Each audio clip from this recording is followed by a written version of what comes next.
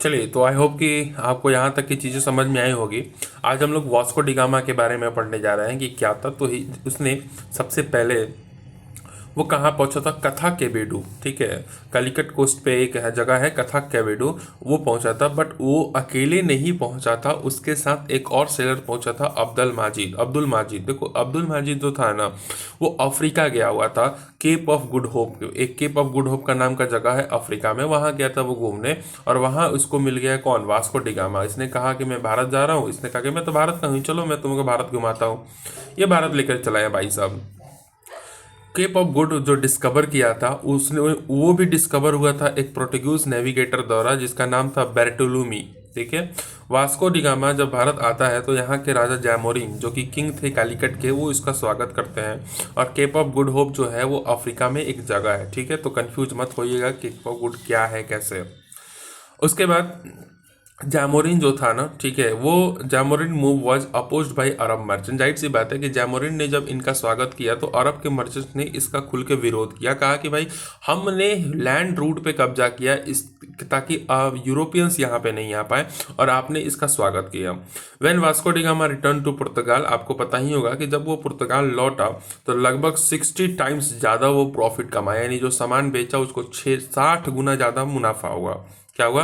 मुनाफा हुआ। और इसके कारण बहुत सारे यूरोपियंस जो थे ना, इस तरफ आकर्षित हुए। बोले कि भाई, जब इतना कमा रहे हो तुम, तो चलो हम भी कमाते हैं फिर, ठीक है।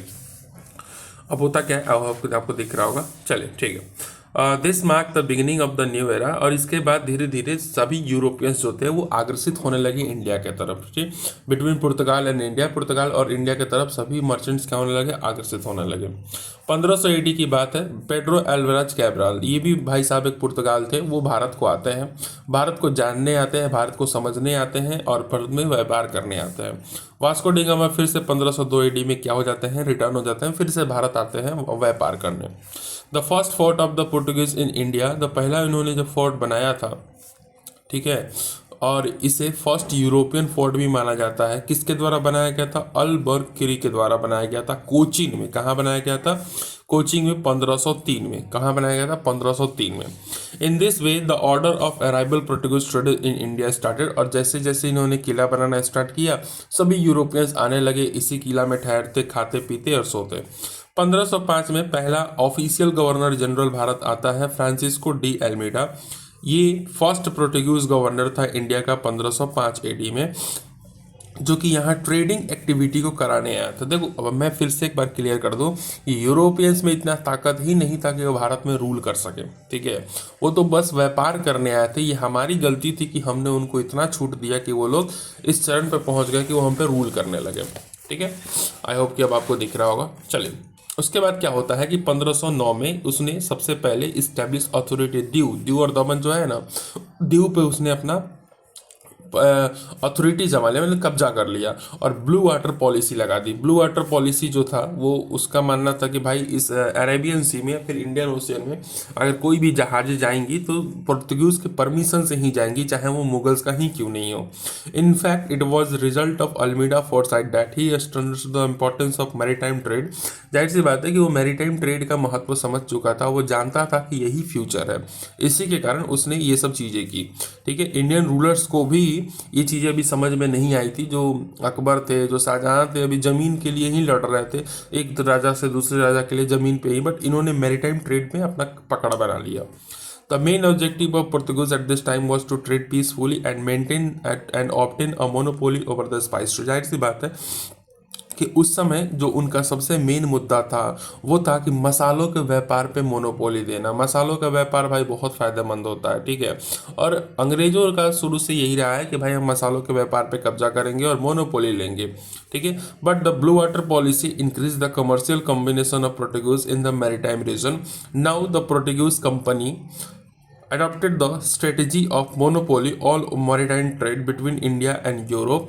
भारत और यूरोप के बीच में अब सबसे ज़्यादा जो ट्रेड होता था वो मैरीटाइम ट्रेड ही होता था, यानी समुद्री तरीके से ही व्यापार की जाती थी, ठीक है। इसके बाद जो आने वाले वीडियोस है ना, उसमें और अच्छे से डिटेल में मैं आपको बताऊंगा, ठीक है। थोड़ा सा इस बार 2-3 वीडियो जैसी आएंगे, बट आगे आने वाला वीडियो जो होंगे ना बहुत अच्छा होंगे। अब भाई साहब आते हैं 1509 Albuquerque. He considered to be the real founder of Portugal. जाहिर सी बात है कि इसे रियल फाउंडर ऑफ पोर्तुगीज माना जाता है, यानी ये रियल फाउंडर था पुर्तगाल का, ठीक है। यहाँ पे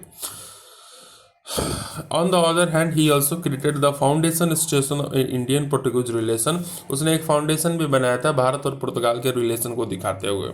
Albuquerque also recruited Indians to minor position in the Portuguese army. और ऐसा नहीं था, बंदा भेदभाव नहीं करता था, इंडियंस को भी अपने आर्मी में जगह देता था, ठीक है। लोअर क्लास पोर्तुगीज को ज़्यादातर इनकरेज करता था कि आप जाके इंडियन से शादी करो और इंडिया में कॉलोनी बसाना स्टार्ट करो। अल्बुकर्क जो था ना, वो सती को बैन कर दिया अपने इलाके में।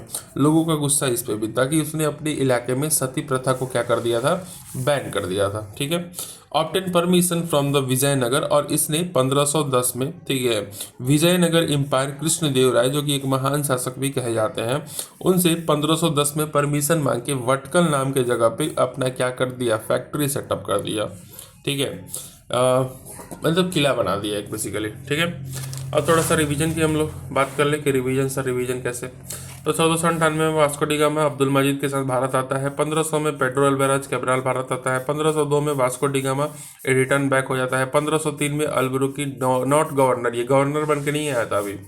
1505 में फ्रांसिस्को डी अल्मीडा आता है। 1509 में अल्बुकर्क फिर से आता है सेकंड गवर्नर बन के। और 1510 में उन्होंने परमिशन ऑब्टेन किया फोर्ट बनाने के लिए बाई कृष्णदेव राय जो कि विजयनगर एम्पायर के क्या थे, राजा थे। आई होप कि आपको समझ में आया होगा। थोड़ा सा तबीयत ठीक नहीं है। चलिए मिलते हैं नेक्स्ट वीडियो में।